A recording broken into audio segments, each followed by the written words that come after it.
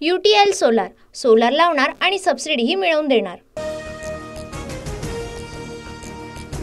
इतरांच्या वयाचा विचार करता आता मलाच बारामतीचं सगळं बघावं लागणार आहे। नाव न घेता शरद पवारांच्या वयावरून पुन्हा एकदा अजितदादांचा निशाणा। मी कामाचा माणूस असल्याचं बारामतीकरांना आवाहन। शरद पवारांनी मुलासारखं पुतण्या सोडून नातवाकडे लक्ष दिल्याची अजित पवारांची टीका। पक्षफोडीचं चांगलं कर्म करणारा मुलगा काकाच्याच मरणावर कसा काय टपलाय, जितेंद्र आव्हाडांचं अजितदादांना प्रत्युत्तर।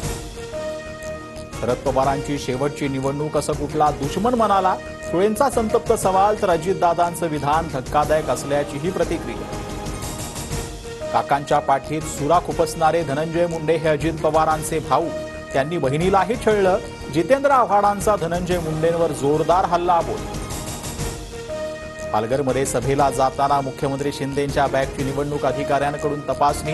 फक्त कपडे आहेत, युरिन पॉट देखील नाही, शिंदेंचा ठाकरेंना टोला।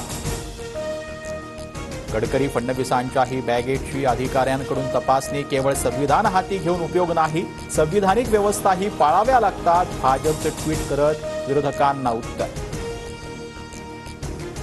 मुख्यमंत्री पदासाठी उद्धव ठाकरेंनी जनतेचा विश्वास तोडला आणि शिवसेना काँग्रेस राष्ट्रवादीच्या दावणीला बांधली। वरळीच्या सभेतून राज ठाकरेंची उद्धव ठाकरेंवर टीका।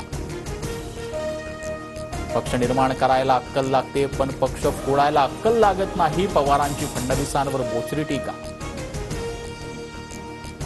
माझा एकच शब्द दिलीप वळसे पाटलांना 100% पाडा। मनसरमधील सभेत शरद पवारांकडून वळसे पाटलांचं नाव घेऊन पराभूत करण्याचं आवाहन।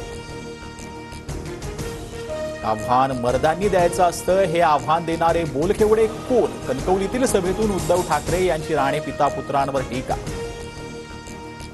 सद्दुद्दीन ओवेसींना भर सभेत सोलापुरात पोलिसांची नोटीस। प्रक्षोभक भाषण टाळा, कोणत्याही समाजाच्या भावना न दुखावण्याबाबत सूचना।